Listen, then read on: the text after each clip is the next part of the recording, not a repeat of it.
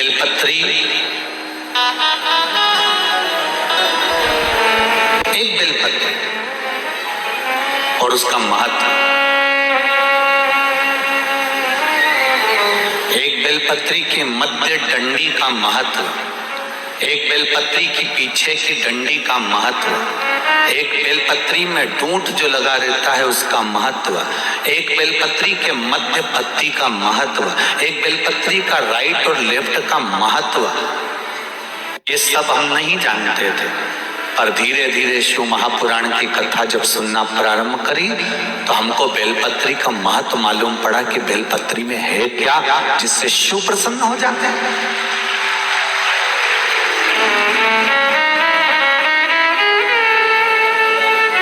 एक बेलपत्री में ऐसा क्या था?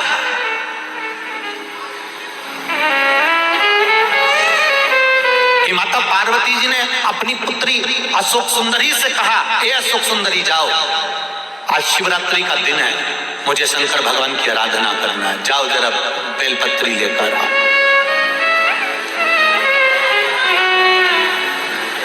अशोक सुंदरी संपूर्ण जगह पर भ्रमण कर कर आ गई, संपूर्ण जगह बेलपत्री नहीं मिली।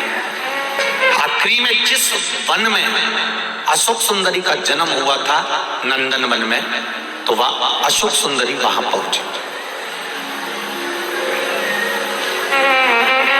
अशोक सुंदरी को बेलपत्र प्राप्त नहीं हुआ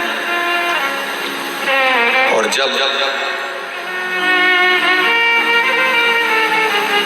अशोक सुंदरी को बेलपत्र प्राप्त नहीं हुई तो ढूंढती ढूंढती ढूंढती ढूंढती और आगे चली गई। नहीं मिली। अंत में अशोक सुंदरी को लगा कि मेरी माता ने आज मुझे पत्र लिखकर भेजा है कि मेरी पूजन में बेलपत्र नहीं है, तो अशोक सुंदरी ने अपने 100 बच्चों को भेज दिया कि जाओ जरा बेलपत्र पता लगा कर। बच्चे जब अशोक सुंदरी के पुत्र पुत्री जाने लगे तो उन्होंने, पिताजी ने पूछ लिया अशोक सुंदरी के पति ने, राजा नहुष ने, भगवान शंकर के दामाद हैं राजा नहुष, अशोक सुंदरी के पति हैं राजा नहुष। राजा नहुष ने पूछ लिया अपने बच्चों से, बेटियां कहां जा रही हो तुम, मेरे पुत्र कहां जा रहे हैं? आज मेरी 100 बेटियां 100 बच्चे क्या ढूंढने जा रहे हैं, तुम क्या ढूंढ रहे हो? सब जगह पर ढूंढने लगे।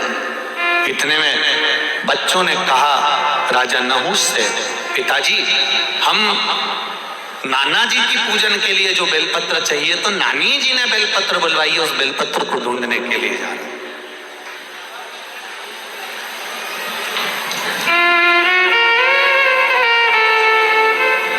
बेलपत्र ढूंढने जा रहे हो? हाँ ठीक है जाइए। अशोक सुंदरी माता के बच्चे जब बेलपत्र ढूंढने के लिए गए तो उनको बेलपत्र, ये तो पार्वती जी का कोई एक अपने बच्चों को ज्ञान होगा, अपने बच्चों को प्रेरणा हो, और पार्वती जी की वो प्रेरणा हमको लेना है। कूर्म पुराण की ये संवाद, कूर्म पुराण का ये संवाद हमारे जीवन में हमको उतारना, संवाद को हम अपने जीवन में उतारें।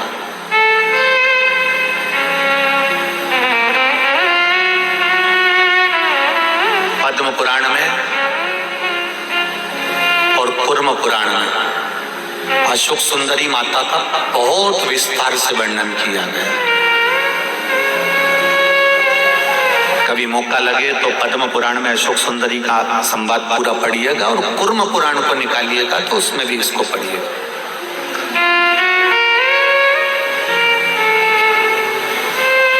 कुछ माँ पार्वती मैया कुछ लीला कर रही है और ढूंढने में लगी हुई हैं नानी के लिए। हम शिव जी के पूजन के लिए, अपने नाना के पूजन के लिए हम बेलपत्र लेने के लिए जा रहे हैं। बेलपत्र कभी मौका लगे तो जरूर एक मन में प्रश्न रखना। और जब श्राद्ध पक्ष का समय हो और आप लोग जब गया जी जाएं या कहीं पिंड दान करने के लिए बद्रीनाथ जाएं, या कभी गया जी, कभी आप पंचवटी, जहां पुण्य क्षेत्र है वहां पर जब आप तीर्थ में कभी पिंड दान तर्पण करने जाएं, तो वहां पर पिता, अपने पिता के घर का गोत्र, पिता, दादा, परदादा, इनका भी नाम पूछा जाता है, और फिर नाना के घर का गोत्र और नाना, परनाना और नाना के घर का भी पूरा विस्तार पूछा जाता है। कभी आपने ब्राह्मण देवता से प्रश्न करना था आपको कि गुरुदेव, हम हमारे परिवार के व्यक्ति का पिंड करने आए हैं, तर्पण करने आए, और हमारे नाना जी के यहाँ का नाम काय को चाहिए तुमको? जब गोत्र इनका है, पिंडदान करने वाला ये है, तो फिर नाना के घर का क्यों चाहिए आपको? नाना के घर का क्या चाहिए आपको विस्तार? वो कूर्म पुराण और पद्म पुराण बताएगी कि अशोक सुंदरी के बच्चे जब बेलपत्र ढूंढने के लिए जाते हैं, वो संवाद से इसको जोड़ा गया। उसने अपनी धर्म पत्नी अशोक सुंदरी से प्रश्न किया, क्यों? गणेश जी के पुत्र शुभलाभ, लाभक्षेम जोड़ी, और उनके पुत्र अमोद प्रमोद, फिर उनके पुत्र, जब कार्तिकेय जी की 2 धर्म पत्नियां, फिर उनके वंशावली, जब इतना सब कुछ वहां पर है, तो फिर माता पार्वती जी ने अपने बच्चों को या अशोक सुंदरी तुझको क्यों भेजा है कि ये बेलपत्री लेकर आना है, ये बेलपत्री ढूंढ कर लाना, तो तुझे क्यों बोला है?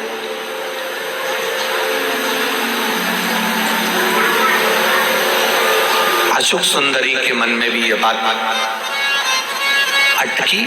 तब अशोक सुंदरी उसी समय पर कमल के पुष्प के ऊपर बैठकर ब्रह्मदेव के पास चली गई, और ब्रह्मदेव के पास जाकर अशोक सुंदरी ने अपना प्रश्न सम्मुख में रखा कि आखिर माता पार्वती जी ने बेलपत्र मुझसे क्यों बुलवाई है? कारण क्या है बेलपत्र का? मेरे बच्चे ढूंढ रहे हैं, मेरे बच्चे लेकर आ रहे हैं, उस बेलपत्र की महत्वता क्या है?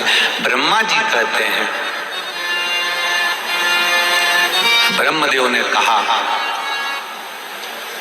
चाहे तुम्हारा भाई बेलपत्र लेकर आए, चाहे तुम्हारे घर के बच्चे या तुम्हारे भाई के बच्चे बेलपत्र लेकर आए, वो बेलपत्र जब देवाधिदेव महादेव को चढ़ती है, एक बेलपत्र जब देवाधिदेव महादेव को चढ़ती है, कोई नारी बेलपत्र अगर समर्पित करती है, तो जैसे बेलपत्र में 3 पत्ते होते हैं, नारी अपने ससुराल पक्ष का भी कल्याण कर देती है, नारी अपने मायके पक्ष का भी कल्याण कर देती है, और नारी अगर उस क्षेत्र में जहां वो निवास कर रही है, जिस क्षेत्र में वो निवास कर रही है, उस क्षेत्र में अगर कोई ब्राह्मण रहता हो, कोई साधु सन्यासी रहता हो, किसी ब्राह्मण के घर का भी अगर कोई तर्पण आदि रह गया हो, तो उस क्षेत्र के ब्राह्मण आदि संत, साधु, सन्यासी या कोई साधारण सा व्यक्ति जो बहुत दूर जाकर पिंड या तर्पण नहीं कर सकता, मात्र एक बेलपत्री जब नारी भगवान शिव को समर्पित करती है, तो ये तीनों की साथ साथ पीढ़ी को काट देती है। एक बेलपत्र का वो फल है महाराज, कूर्म पुराण करिए, पद्म पुराण करिए, एक बेलपत्र का वो फल है, एक बेलपत्र का वो महत्व है।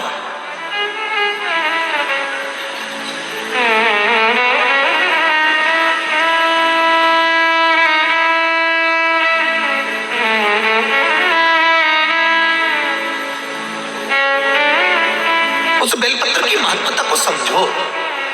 इसको व्यर्थ मत जाने दो। आप शिव मंदिर में जाते हो, शंकर जी के मंदिर में रोड पर आप, कई माताएं यहाँ पर भी आती हैं, बेलपत्री मांगती हैं। कोई बेलपत्री आपके पांव के सामने पड़ी होती है, पर आपको झुककर उठाने में शर्म आ जाती है। किसी ने गिरा दी हो कि हम काय को उठाएं?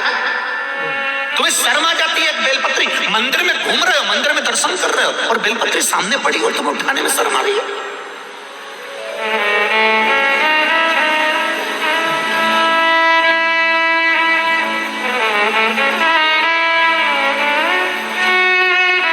एक बहुत ध्यान लगाकर सुनना, जरा बहुत अच्छे से श्रवण करना, बहुत भाव से श्रवण करना। किसी पवित्र नदी में स्नान करने गए, नर्मदा जी नहाने गए, गंगा जी नहाने गए और क्षिप्रा जी नहाने गए, तुम्हें कौन से महाराज ने बताया कि वहां अपने कपड़े चप्पल घाट पे छोड़ के आ जाओ? वो महाराज कहीं मिल जाए तो एक बार मुझे भी मिला देना। करवत निवेदन, किसी पवित्र नदी को गंदा करने के लिए कौन महाराज प्रेरणा दे सकता है कि गंगा के घाट पर तुम्हारे कपड़े छोड़ छोड़ के जाओ? अमावस्या के दिन ग्रहण में नहाने जाओ तो अपने कपड़े छोड़ कर जाओ। दूसरा नहाने जा रहा है, तुम्हारे कपड़े उलांग कर जा रहा है, तुम्हें शर्म तो आना चाहिए कि उसको कितना पाप लगेगा। किसी पवित्र नदी को गंदा करने का हक किसी को नहीं है, किसी को नहीं है साहब। हमारा शास्त्र कभी नहीं कहता कि पवित्र नदी को गंदा करिए। वो माँ है हमारी, नर्मदा माँ है हमारी, क्षिप्रा माँ है हमारी, गंगा माँ है हमारी, उसको कैसे अशुद्ध कर दे? थोड़ा सा विष यमुना जी में जाता है कालिया नाग का और मेरे भगवान कृष्ण कूद कर यमुना को शुद्ध कर देते हैं। मेरे ठाकुर खुद कूद जाते हैं यमुना को शुद्ध करने के लिए।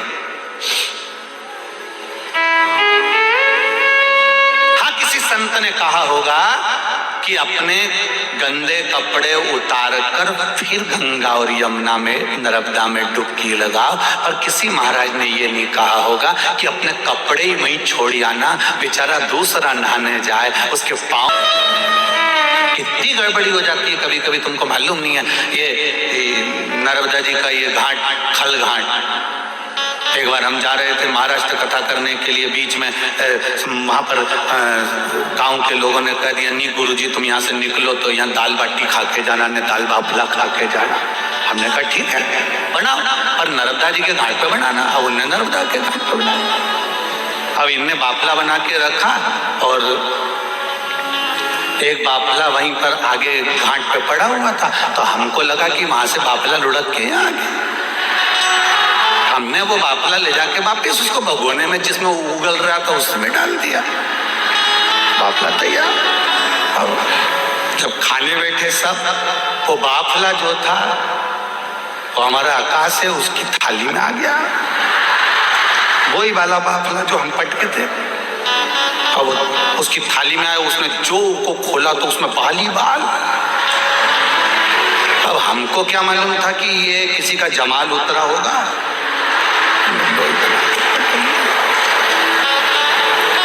अब वो तो घबरा गया कि गुरुजी किसी ने कुछ कर, हम भी नहीं बोले, हम कहते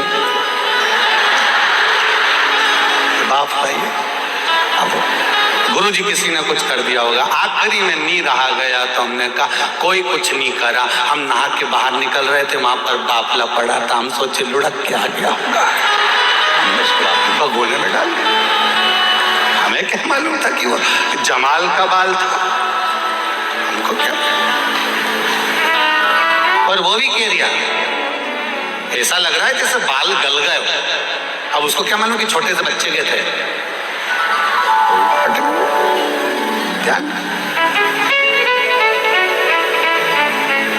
ब्रह्मता ना रखे, अपनी पवित्र नदियों को शुद्ध रखिए। जब नदियां, पर्वत और ये पर्यावरण जब शुद्ध रहेगा तो किसी को ऑक्सीजन की मशीन की जरूरत नहीं पड़ेगी। ये शुद्ध रहेगा तब आनंद अपने आप बढ़ता चलेगा। कौन कहे तुमको कि तुम ये इसको फेंक दीजिए? नारी जब एक बेलपत्र चढ़ाती है शिव जी को तो वो ना जाने कितनी पीढ़ियों को तार देती है।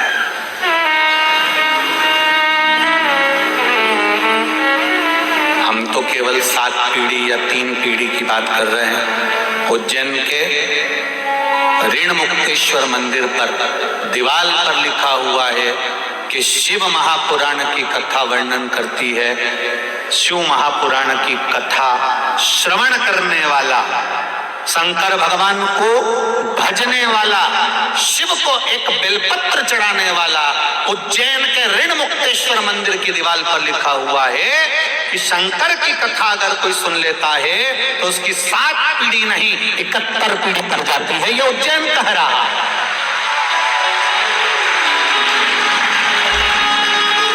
ये उज्जैन का ऋण मुक्तेश्वर मंदिर कह रहा है, जो पत्थर पर अंकित करी गई बातें लिखी हुई है। कितना दिया उसने। आप केवल राजा नहुष ने अपनी धर्मपत्नी से कहा तो अशोक सुंदरी ने ब्रह्मा जी से पूछा कि ये बेलपत्री मेरी माता ने बुलाई, उसका फल तुम अगर लाकर दे भी दिए हो, बेलपत्री जितने हाथ से स्पर्श होकर जाती है, जितने के हाथ उसमें लगे होते हैं, उसकी पीढ़ी दर पीढ़ी तरती चली जाती है। यह बेलपत्री का नियम है।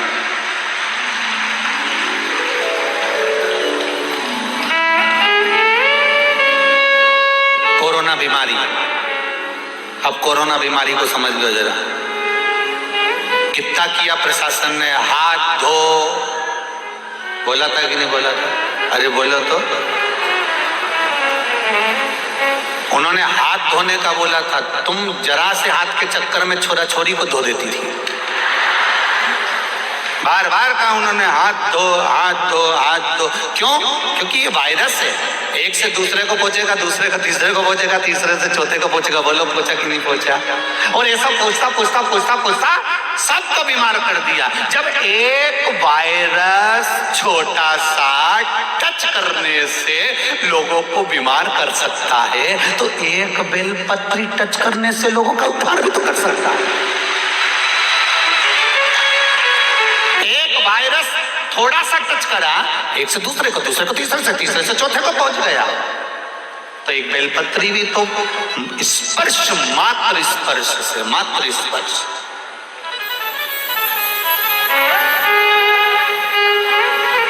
कितना सुंदर लिखा है गर्ग संहिता और नर्मदा पुराण, लिंग पुराण में भी आप पढ़ सकते हो। जिस पात्र में जल भरा जाता है, जिसने मोटर चालू भी करी और पाइप से भी पानी भर दिया, या हापसी से, हैंडपंप से पानी लाकर भर दिया, जिसने भरा, चढ़ाने वाला आया, लोटा भरा और चढ़ा दिया। जिसने लोटा भर के चढ़ाया उसका 80% पुण्य तो जिसने मोटर से पानी भरा था वो के खाते में चले गया। जिसने भरा, वो तो कहीं कहीं की बहू इतनी समझदार होती है, सास चाय बना के रखी मेहमान के लिए, जेठानी ने चाय बनाई या देवरानी ने चाय बनाई, और किसी किसी में इतनी चतुरता होती ना, तुरंत उतर की आई, सिर पे पल्लू मल्लू लेके, मौसी जी आई, मौसी जी आई, हमारी मासी आई, और मासी मासी करके अंदर गई रसोई घर में, और उन्हें चाय छान छुना के ट्रे में लेके आई गई। इतने मासी जी के बहू कितनी समझदार, 2 मिनट में चाय ली आई। अब मासी जी के कौन पता है, ये भेरू की लुगाई कोई साधारण है? मासी जी के कौन समझा कि कोई साधारण है? बनाई बेचारी देवरानी ने, बनाई बेचारी जेठानी ने, बनाई बेचारी सास ने, ये तो केवल लगा के लिए, ऐसे कहीं कहीं के रहते हैं, बहुत समझदार।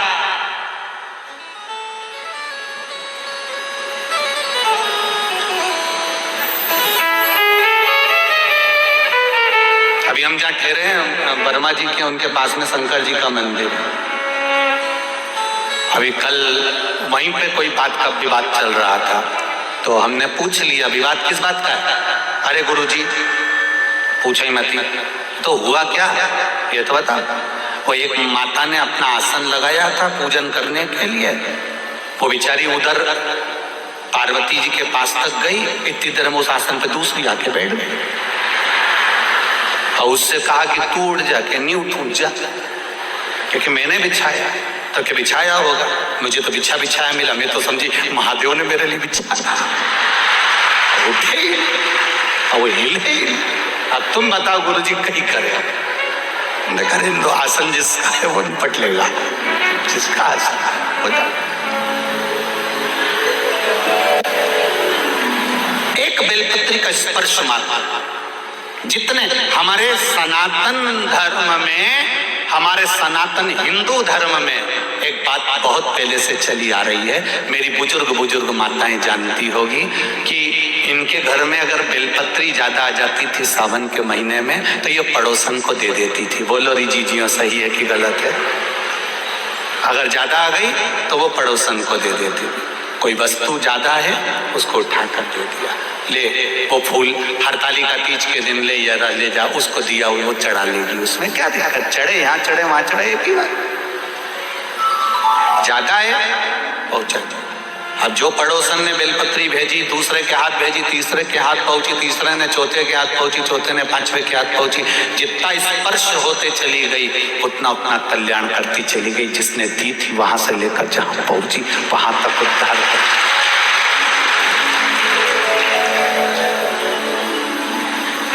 अशोक सुंदरी नीचे आई, अपने पति राजा नहुष को अपनी दिल की बात बताई कि मैंने ब्रह्मदेव से ऐसा ऐसा सुना है और ब्रह्मा जी ने जो कहा मैंने विश्वास मानकर किया।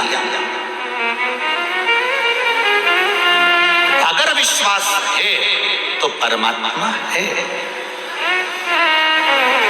एक ये पत्र आया है, देखिए, विश्वास।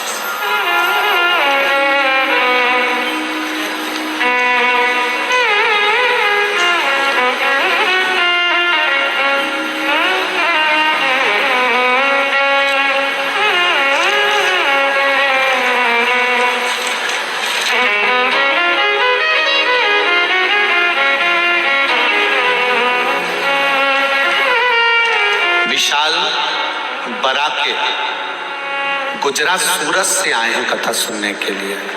विशाल बराके गुजरात सूरत से आए, कहीं बैठे हो तो हाथ हिलाइएगा। सूरत गुजरात से हैं, कहीं बैठे हो तो हाथ हिलाइएगा। विशाल बराके। मैं विशाल बराके सूरत गुजरात से, उम्र है 24 साल, मोबाइल नंबर ये है। क्या बखान करूं मैं शिव जी का एक लोटे जल का। कोरोना महामारी में मेरा काम छूट गया था, 2 साल मैं घर पर ही था, बहुत जगह काम करने गया पर कहीं कहीं नौकरी नहीं लगी, हार गया, इतना परेशान हो गया। तब किसी कारणवश मैं इंदौर आया था बहन के यहाँ, और बहन बोली भैया परेशान मत हो, इंदौर में कथा चल रही है, तू भी चल। गुरुजी, मैंने 28 जुलाई 2022 की जो कथा थी, मैंने पहली बार कथा पंडाल में बैठकर सुनी। एक लोटा जल का महत्व समझा और बाबा से विनती करी, बाबा आप कथा सुनने के लिए बिठाए हैं तो मेरी नौकरी भी 2 साल से नहीं है, वापिस लगवा दीजिए। गुरुजी 3 महीने भी बाबा ने पूरे नहीं होने दिए और बाबा ने उसी कंपनी में मुझे वापिस जॉब दिला दी। मैं बाबा को धन्यवाद देता हूँ। उसी कंपनी, ये शिव है, औघड़ी है। श्री शिवाय नमस्ते। ये विश्वास है, आप भरोसा, दृढ़ता और आपका विश्वास।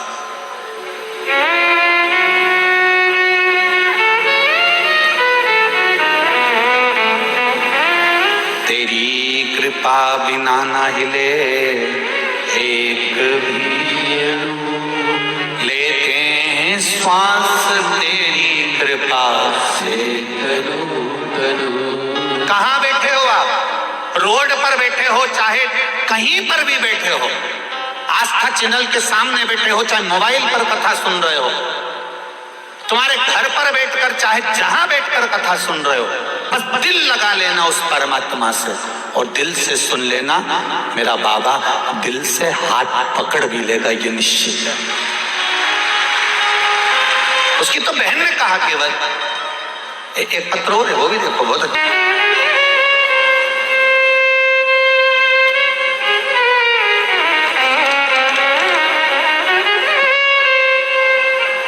मेरा नाम सरला नामदेव है, मेरी बहू का नाम वर्षा है।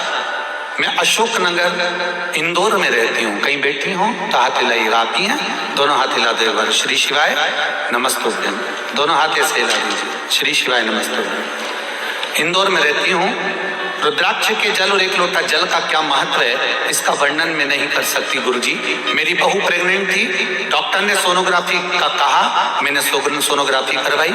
यह बात 16/5/2022 की है। डॉक्टर ने कहा बच्चे का होठ नहीं है। जैसे ही मैंने सुना वैसे ही मैंने भोलेनाथ से विनती करी, पशुपतिनाथ का व्रत प्रारंभ करा। गुरुजी मेरे 3 व्रत पूरे हुए और व्रत में ही किसी कारण से 2 व्रत नहीं कर पाई। पता नहीं बाबा को क्या मंजूर था। फिर मैं 19/8/2022 को मेरी बहू के पेट में दर्द होने लगा। मैं उसे हॉस्पिटल लेकर गई। मैं भगवान शिव का जाप करती हुई गई, बहू को रुद्राक्ष का पानी पिलाती रही। हॉस्पिटल पहुंचते ही उसकी सोनोग्राफी हुई।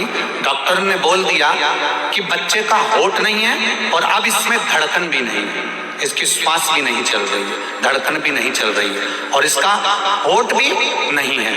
पर मुझे बाबा पर भरोसा था गुरुजी। मैंने रुद्राक्ष का जल दिया था। बाबा मेरे बच्चे की धड़कन नहीं ले सकते थे, ये मुझे विश्वास था। मैंने बाबा से कहा बाबा मेरी लाज जरूर रखना। आपके भरोसे पर, शिव महापुराण के भरोसे पर मैंने शंकर जी को जल चढ़ाकर पिलाया है। डॉक्टर मेरी बहू को ऑपरेशन का बोलकर थिएटर में ले गए और कहा इसके बच्चे में धड़कन नहीं है, होठ नहीं है, ये बच्चा मरा हुआ होगा। बाबा ने उसको ऑपरेशन कक्ष में लेकर गए। 9:15 रात को मेरे यहाँ पर बहू को बेटा हुआ और बाबा की कृपा से उसकी धड़कन भी थी और होठ भी थी। ये शिव है।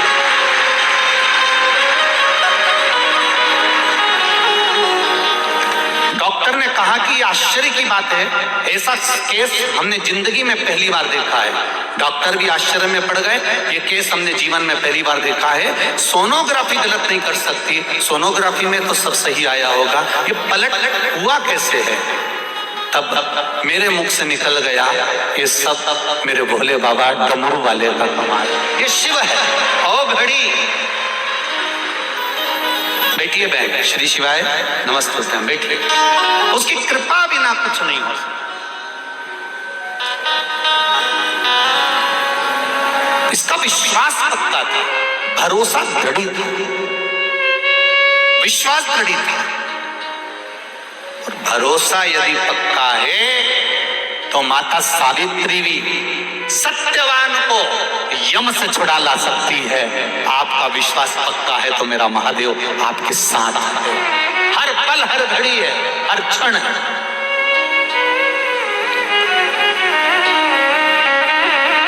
हर पल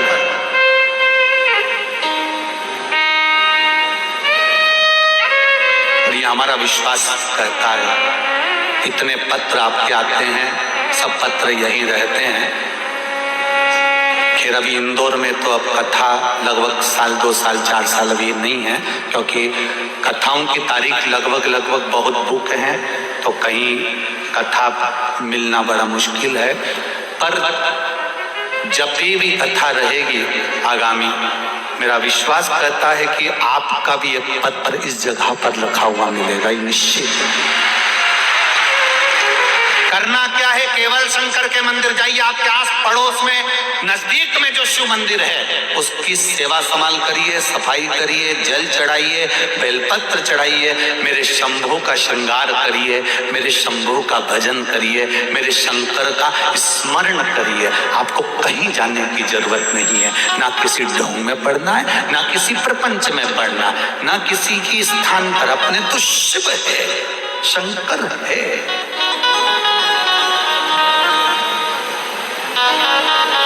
मैंने तेरे ही भरोसे ओ बाबा, तेरे ही भरोसे हवा बिच उड़ती जावांगी।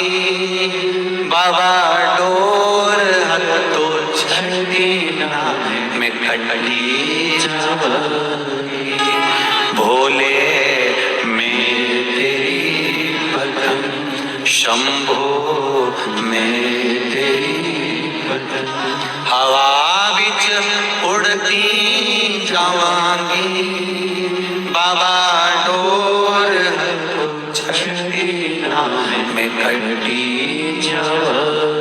आप लगो भगवान के भजन। आप जैसे जैसे आगे बढ़ते जाओगे, आप जैसे जैसे शिव भक्ति की ओर बढ़ते जाओगे, आप जैसे जैसे भजन की ओर बढ़ते चले जाओगे, वैसे वैसे लोग आपको नीचे की ओर दबाने का प्रयास भी करेंगे। क्यों मंदिर जाती है? किसने कहा तुझे मंदिर जाने के लिए? लोग ठिठोली करेंगे, लोग हंसेंगे, लोग ताना मारेंगे, लोग अपशब्द कहेंगे, पर सब कुछ सुनती हुई जो शिव मंदिर तक चली जाएगी तो समझ लेना कि सब बारे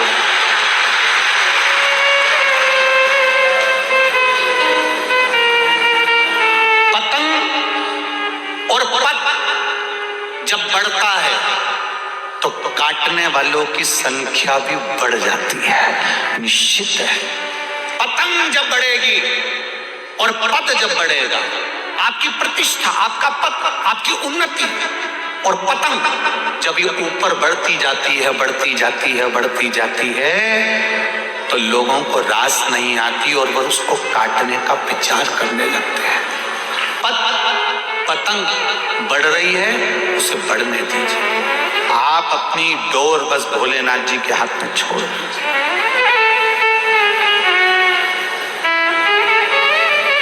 बाबा के हाथ में छोड़ दीजिए।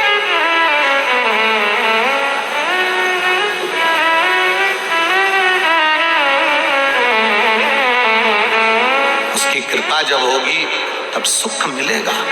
बेलपत्र ढूंढने के लिए सुख सुंदरी गई, बेलपत्र ढूंढने के लिए सुख सुंदरी की 100 बेटियां गईं, बेलपत्र ढूंढने के लिए सुख सुंदरी के पुत्र गए, बेलपत्र ढूंढने के लिए दामाद भी गया, पर शिव भक्ति पार्वती जी को कुछ लीला करना थी, बेलपत्र नहीं मिली, नहीं मिली बेलपत्र।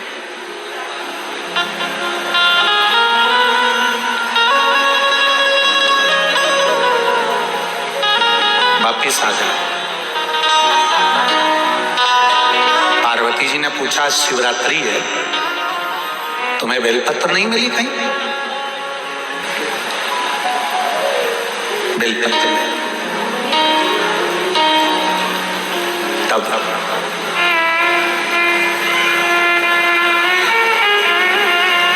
गौ माता की पूंछ को घुमाती घुमाती घुमाती घुमाती,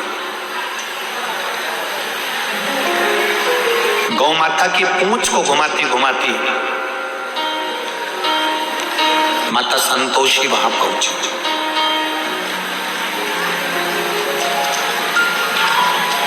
जब गौ माता की पूंछ घुमाती घुमाती माता संतोषी वहां पहुंचती है,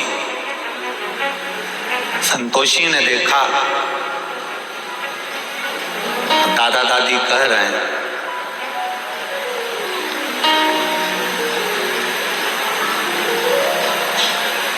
ये दादा दादी, दादी जी कह रही हैं, पार्वती मैया कह रही हैं कि बेलपत्र नहीं लाई अशोक सुंदरी से।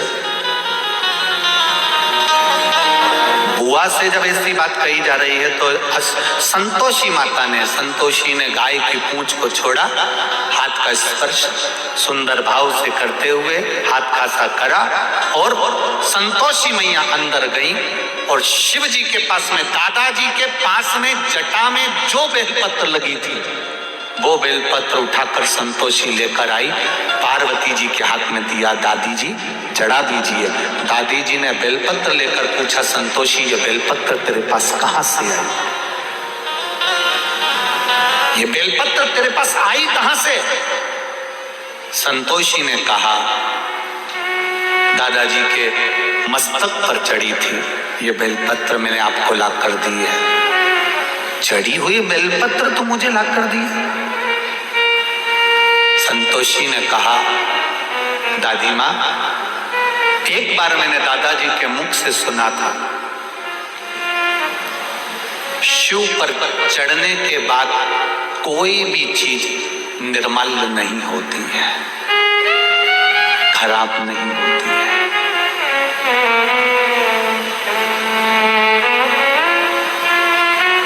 भगवान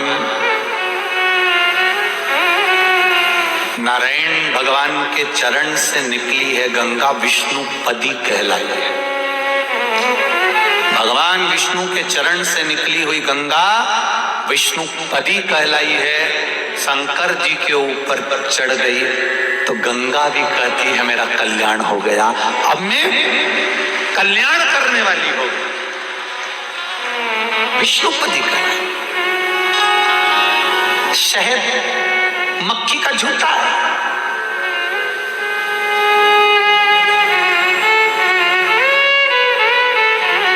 वो भी भगवान पर चढ़कर औषधि बन जाता है।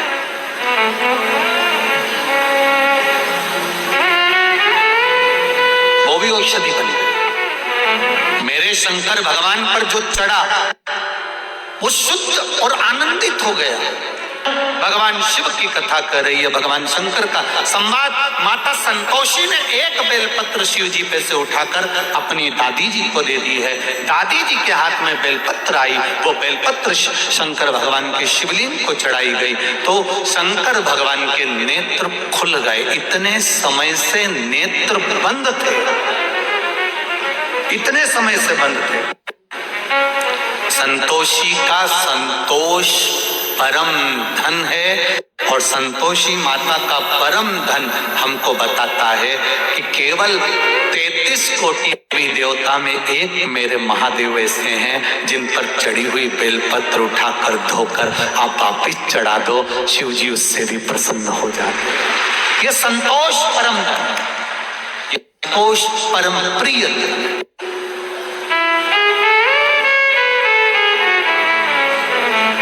और संतोष परम प्रिय धन का आनंद भी यही है।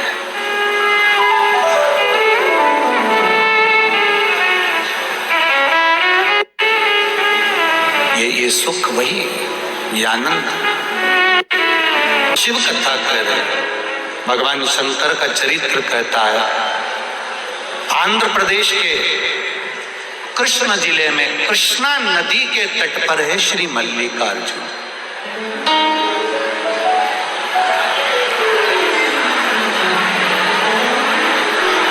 मल्लिकार्जुन, मल्लिका का भाव जो कहा गया है वो माता पार्वती हैं और अर्जुन का जो भाव कहा गया है वो मेरे देव अधिदेव महादेव।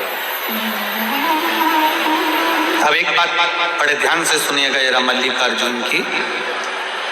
मल्लिका, जैसे कल आपको कथा में कहा था कि जब भी सोमनाथ जाएं तो चंद्र कुंड का दर्शन अवश्य कर। 12 ज्योतिर्लिंग में एक एक चीज ऐसी है जिसको हमें छोड़ना नहीं कभी भी। 12 ज्योतिर्लिंग में एक जगह ऐसी होती है जिसका हम लोग दर्शन नहीं कर पाते और जल्दी जल्दी हमने बस मंदिर में दर्शन करा भगवान का और वहां से बढ़ लेते हैं। जो मूल तत्व है, जो हजारों हजारों वर्ष से निरंतर अडिग बना हुआ, जैसे सोमनाथ जी का शिवलिंग कितनी बार आक्रमण करा गया, कितनी बार 17 बार आक्रमण कर कर तोड़ दिया गया, फिर वापिस शिवलिंग वहां पर विराजमान किया गया। परंतु शिवलिंग बार बार गया आया पर वो जो चंद्र कुंड था, वो चंद्र कुंड आज भी जो पहले से था वो नहीं हट पाया, वो वहीं पर है, वही नहीं। उसी तरह 12 ज्योतिर्लिंग में एक एक स्थान एक ऐसा आता है जहां पर वो हजारों वर्ष से एक जैसा टिका हुआ, अड़िग एक जैसा। एक बार भगवान शिव जी से माता पार्वती जी ने गणेश और कार्तिकेय का संवाद सुना। कार्तिकेय और गणेश जी दोनों बैठे हुए थे।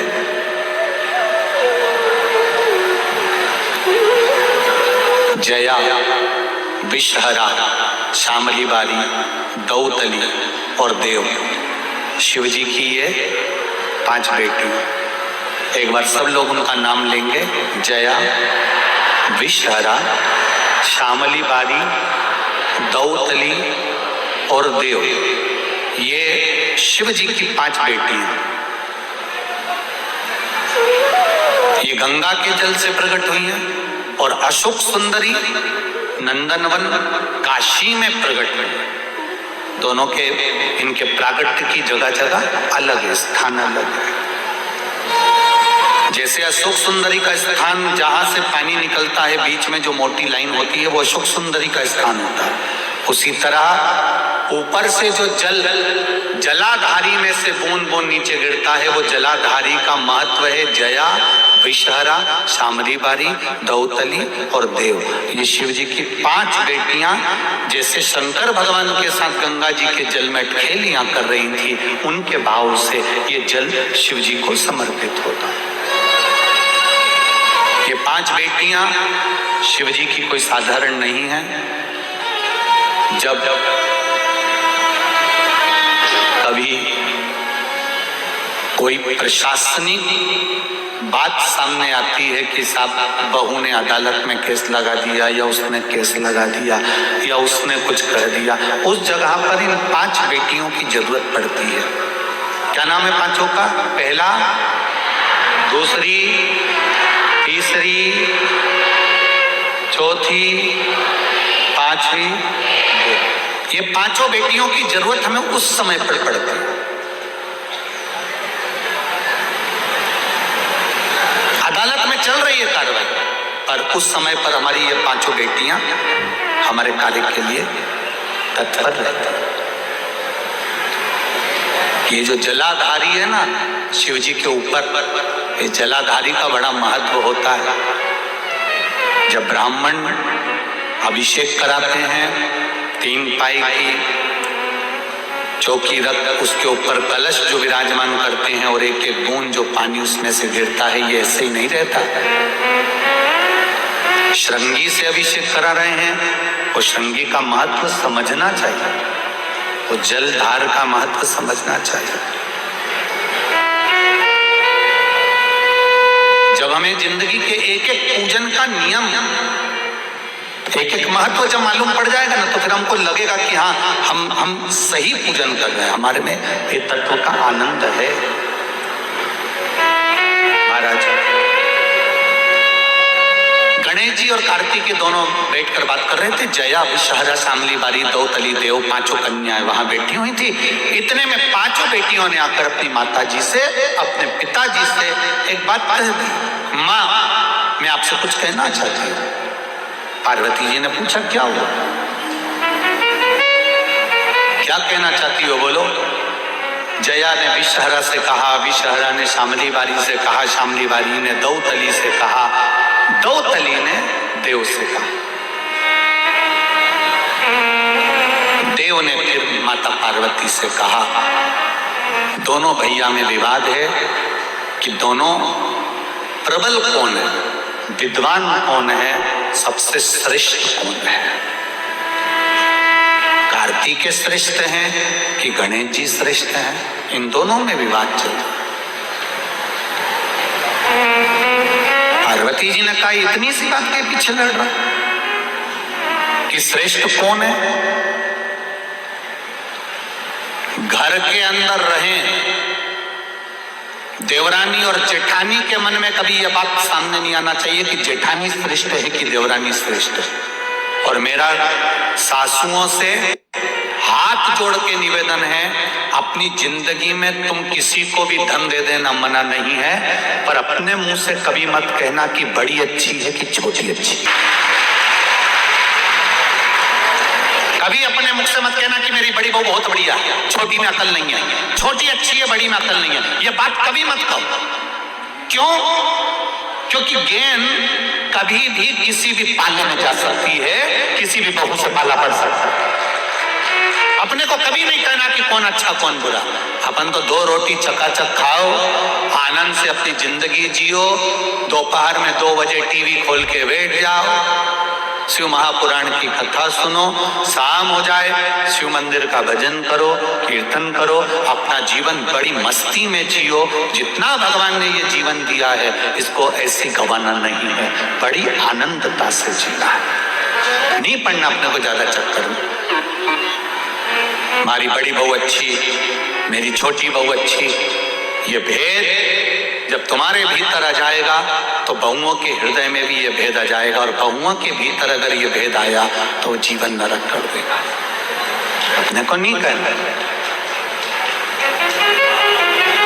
अपने को कभी बुराई नहीं करना साहब कि ये बुरा है, इसने ऐसा कर दिया, उसने वैसा कर दिया, उसने ये कर दिया, उसने वो कर दिया। नहीं बोलना अपने को। बोल के क्यों अपना मुख खराब करो?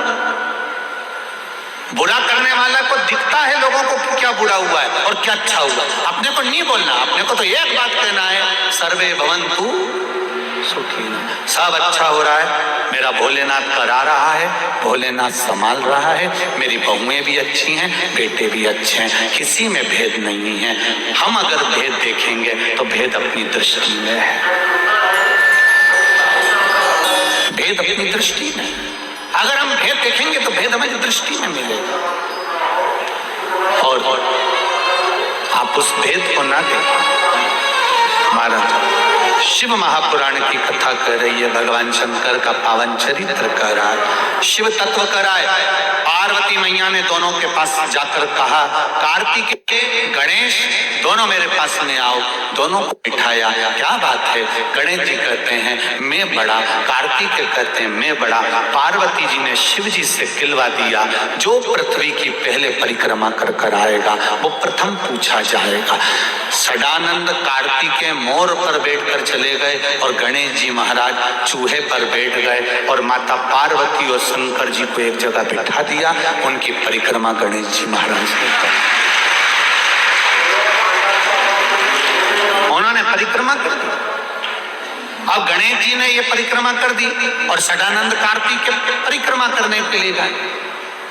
अब तुम लोगों ने बहुत अच्छे से ताली भी बजा दी कि साहब गणेश जी ने माता पिता की परिक्रमा करी, और ये गणेश जी ने परिक्रमा करी तो उनके लिए तुमने ताली बजाई ना? बोलो तो सही। हाँ ठीक, मना नहीं। थोड़ा माइक बंद करवा दो, थोड़ी सी देर, आधा घंटा बाद चालू करवा। अब समझना, जरा फिर समझ लीजिएगा महाराज जी। गणेश जी महाराज ने माता पिता की परिक्रमा करी, वो प्रथम गिनती में आए क्योंकि उन्हें बुद्धि का परिचय दिया। सदानंद कार्तिकेय ने अपने माता पिता का कहना माना, परिक्रमा करने चले गए। गलत किया क्या सदानंद कार्तिकेय ने? जरा जम के बोलो। नहीं। फिर वही वाली बात आ गई, एक बहू ने पूरी चाय बना के रखी है और दूसरी आई और वो ट्रे रख के चली गई, और तुमने ताली बजा दी। अब देखो जरा, समझ, शिव पुराण का एक एक शब्द समझ में आना चाहिए आपको जिंदगी में, तो समझो कि शिव पुराण का आनंद मिला। उन्हें बुद्धि का परिचय दिया और उन्होंने अपने पिता के शब्द का परिचय दिया। गलत नहीं किया। शंकर भगवान खुश हो गए, प्रसन्न। उन्होंने कह दिया प्रथम गिनती में गणेश जी पूछे जाएंगे, प्रथम गिनती में गणेश जी पूछे जाएंगे। एक क्षण की देरी नहीं करी उन्होंने, उसी समय पर शंकर भगवान ने डमरू खड़काया, प्रजापति विश्वरूप जी को बुलाया, मेरे गणेश का विवाह होना चाहिए। पार्वती जी ने रोका, शिव जी थोड़ा सा रुकिए। शंकर भगवान अति उत्साह में रहे, छोटे बेटे के प्रति प्रेम अधिक रहा, उन्होंने देरी नहीं करी। माँ जगत जननी की बात नहीं सुनी, प्रजापति विश्वरूप जी की कन्या को बुलाकर गणेश जी का विवाह कर दिया। विवाह हो गया। आनंद कार्तिक के पृथ्वी की परिक्रमा करने गए हुए हैं, गणेश जी का विवाह हो गया। रिद्धि बुद्धि रिद्धि सिद्धि घर में आ गई। रिद्धि सिद्धि के भी घर में एक एक बेटे ने जन्म ले लिया, शुभ लाभ पैदा हो गए, जन्म ले लिया, दादाजी बन गए। ये अति खुश हैं, पर इस खुशी में पार्वती जी को कोई खुशी नहीं है। बहुत ध्यान देना शिव महापुराण के संवाद पर।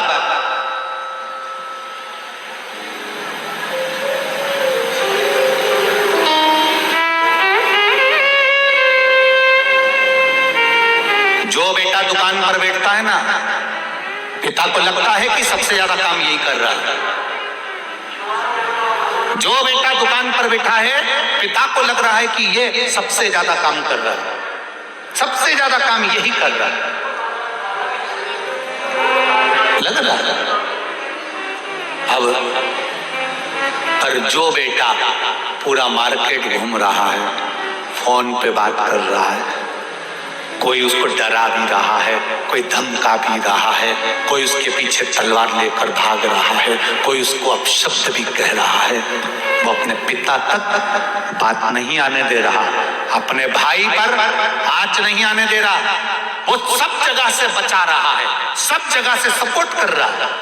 पिता को लगता है वो कोई काम ही नहीं करता, पर उसका काम इसके काम से 4 गुना ज्यादा है,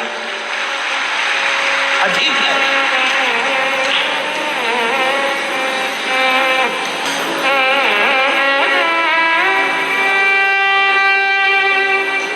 इससे अधिक है, वो अधिक है।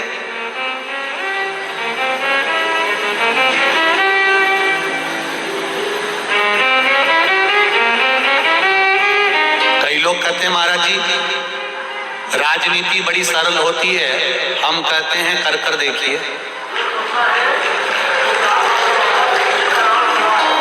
किसी के घर में और किसी के दिल में घुसने के लिए दम चाहिए।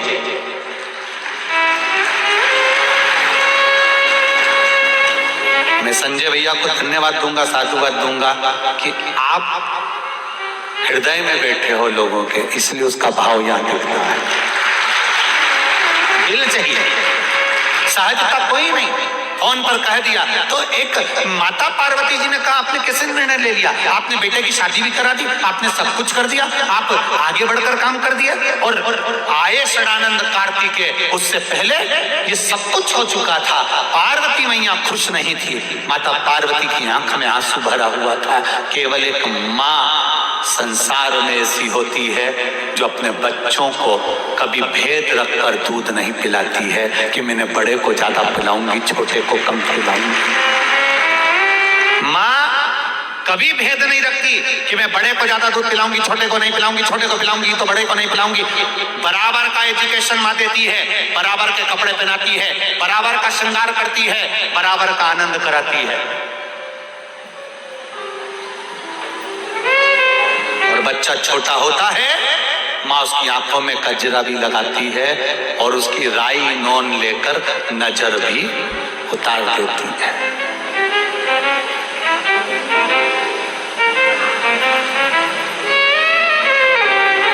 उस माँ की करुणा देखिए, उस माँ की वात्सल्यता देखिए।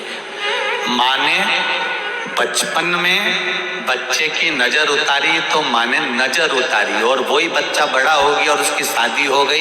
अब माँ कुछ उसके ऊपर से उतार के बता दे तो पास में जो जगदम्बा रहती है ना, उसको लगेगा जरूर मेरी सास कुछ कर रही थी तुम पे। बस यही अंतर है, यही अंतर है। शिव महापुराण में जिंदगी भर से माता पार्वती जी शंकर जी को जल चढ़ा रही हैं, हमारे घर के पूर्वज शिव जी को जल चढ़ा रहे हैं, हमारे यहाँ के बुजुर्ग मर मर के चले गए, शंकर भगवान को जल चढ़ाते चढ़ाते, शिव जी पर अभिषेक करते करते, जल चढ़ाते, सावन महीना शिवरात्रि को जल चढ़ाते हुए आज के समय में सियोर वाले महाराज ने जल चढ़ाना बता दिया तो लोगों को लग गया टॉप का बता दिया। जो पूर्व का चला, सास बच्चे की नजर उतारती है, वो नजर उतारी है उसने, माँ है।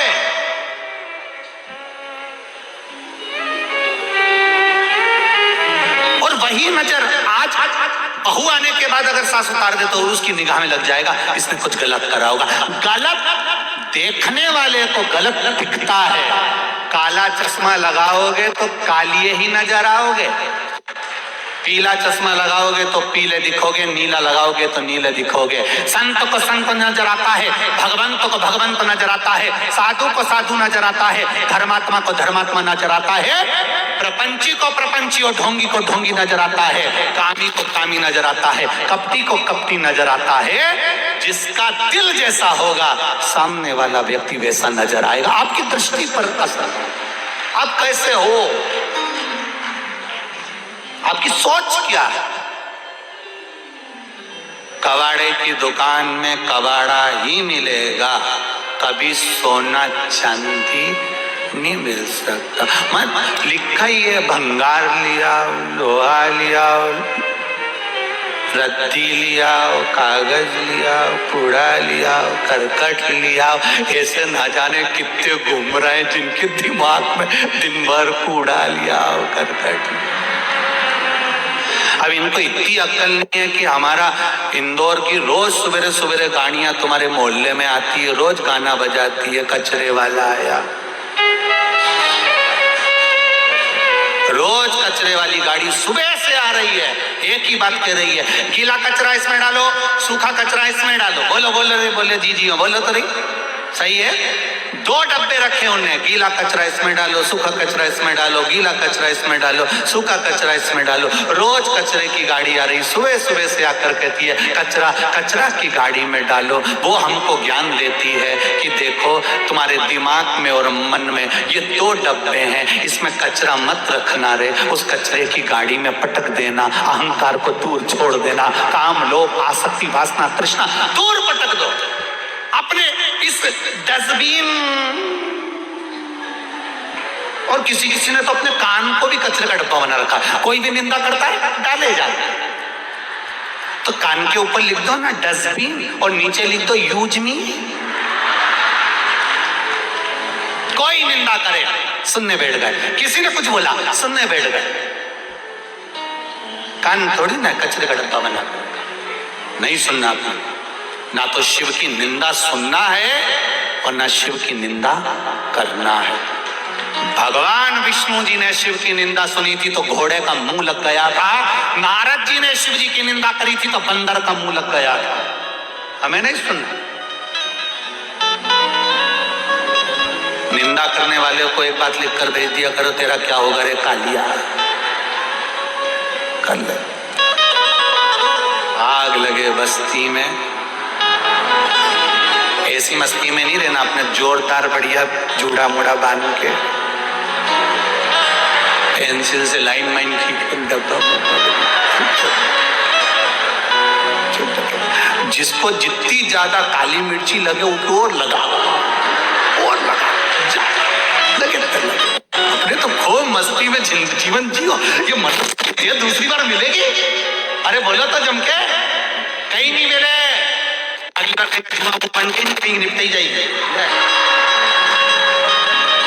और बाल भी अच्छा नहीं मिलेगा, कहीं का धोला बाल में पड़ी गई या रूसी वाले बाल में फंस गई ना तो निकल भी नहीं पाएगी। इसलिए ये मनुष्य की जो देह मिली है इसको छोड़ना नहीं है। बहुत मस्त देह, आनंद में मिली है, इतनी खुश होकर जिंदगी जियो कि जीवन में भगवान भी कहे कि तुझे दूसरी बार फिर जन्म दूंगा, फिर जन्म दूंगा, मानव का देह दूंगा। ऐसी मस्त जिंदगी दी महाराज। शिव कथा कह रही है, देखा सदानंद कार्तिकेय को आए, पार्वती जी का हृदय रो रहा है, नैनों में जल भरा है। सदानंद कार्तिकेय जी ने आकर कुछ भी नहीं बोला, एक शब्द भी सदानंद कार्तिकेय जी ने नहीं कहा। आए, माता पिता को प्रणाम करा, श्री सेलम पर्वत पर चले गए, तप में लीन हो गए। माँ रो रही है। शिवजी से कहा, बाबा आपने आज अच्छा काम नहीं करा, एक पुत्र की प्रियता दिखी, दूसरे प्रिय पुत्र की अप्रियता। आज मैं आपसे कुछ मांगना चाहती हूँ, वर देना पड़ेगा आप मुझे वर दीजिए भोलेनाथ। शिवजी ने कहा, पार्वती तुम्हें क्या वर चाहिए? पार्वती जी कहती है, मुझे वर दो भोलेनाथ। गणेश जी ने तुम्हारी परिक्रमा करी और तुमने उसको उठाया, सब कुछ दे दिया, उठाया सब कुछ दे दिया, मेरा निवेदन स्वीकार करो। गणेश जी ने परिक्रमा करी, आपने उठाया, सब कुछ दे दिया। आज ये पार्वती आपसे वर मांगती है, आज के बाद आपकी कभी परिक्रमा नहीं हो, कभी परिक्रमा नहीं। आज ये पार्वती आपसे वर मांग रही है, आपकी कभी परिक्रमा नहीं होना चाहिए। शिव जी ने कहा, पार्वती क्यों? शंकर भगवान ने पूछा तो पार्वती जी कहती आप भोले हैं और भोला के वश सब कुछ लुटा बैठते हैं। आपने दूसरे पुत्र कार्तिकेय का नहीं सोचा, इसलिए मैं चाहती हूँ कि ये परिक्रमा अब नहीं हो। सारे देवी देवताओं की परिक्रमा होती है, पर गणेश जी ने जो परिक्रमा करी उसके बाद में शंकर भगवान की परिक्रमा नहीं होती, शिव जी की परिक्रमा आदि होकर वापिस आ जाती है। यहाँ तक हमारा शिव महापुराण की कथा कहती है कि भगवान शंकर के मंदिर में जब आरती हो, आरती के बाद में आप लोग जब परिक्रमा करते हैं, वो परिक्रमा भी आदि कर कर शिव मंदिर की परिक्रमा के अंतर्गत आधा भाग आना चाहिए। शिव दस्पति महाराज षडानंद कार्तिकेय पहुंच गए श्रीशैलम, वहां बैठ गए, तप में लीन हो गए। देव ऋषि नारद जी से कहा आप जाओ जरा पता कर आओ, मेरा पुत्र गया हुआ है, मेरा बेटा गया। भगवान शंकर के कहने पर देव ऋषि नारद ने जाकर श्रीशैलम पर कार्तिकेय जी को समझाया, पर वो आने को तैयार नहीं, वो नहीं आता, आना ही नहीं चाहता, मैं नहीं आऊंगा, नहीं पहुंचे। एक पत्थर का घाव और एक वाणी का घाव। पत्थर का घाव एक बार भरा जाता है, पर वाणी का घाव जिंदगी भर नहीं भराता, चाहे कितना भी अपन उसे भरने का प्रयास, बहुत कठिन है। इसलिए वाणी ऐसी बोलिए जो मन का आपा खोए, पर आज के जमाने में वाणी ऐसी बोलिए जो जम के झगड़ा, पर उससे मत बोलिए जो तुमसे तगड़ा। वाणी प्रेम की बोली, मिठास की बोली, अच्छा बोली। आप जितना अच्छा बोल सकते हो आपकी जिंदगी में, वो आपके उन्नति की सीढ़ी पर आगे चढ़ाने का काम करेगी आपकी केवल वाणी, आपके केवल शब्द।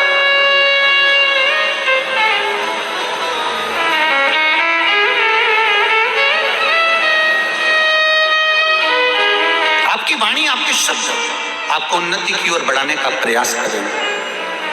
महाराज देव ऋषि नारद ने समझाया, कार्तिकेय जी नहीं समझे। अंत में जब लगा कि मेरा पुत्र मानने को तैयार नहीं है, शंकर भगवान को लगा, तो उन्होंने पार्वती जी से पूछा तुम क्या चाहती हो? पार्वती जी कहती हैं कि मेरा मन करता है कि आप मेरे साथ में चलो, आप मेरे साथ पहुंचो, अपन दोनों चलते हैं श्रीशैलम पर। श्रीशैलम पर कार्तिकेय जी के पास में जब क्रोंच पर्वत पर श्रीशैलम पर भगवान देवलीदेव महादेव माता पार्वती जी के साथ में पहुंचते हैं, तब भगवान षडानंद कार्तिकेय वहां से एक वृक्ष के पीछे छुप जाते हैं, दिखते ही। आज भी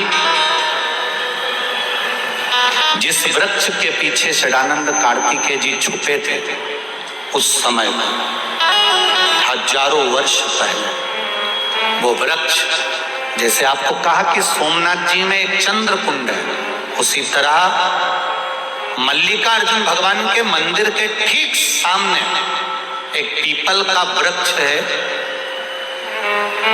उसके साथ में दो वृक्ष लगे, एक छोकर का एक पीपल का, दोनों भेले में मिले में, वहां ओटला बना हुआ। जिस वृक्ष के पीछे भगवान श्री कार्तिकेय जी छुपे थे,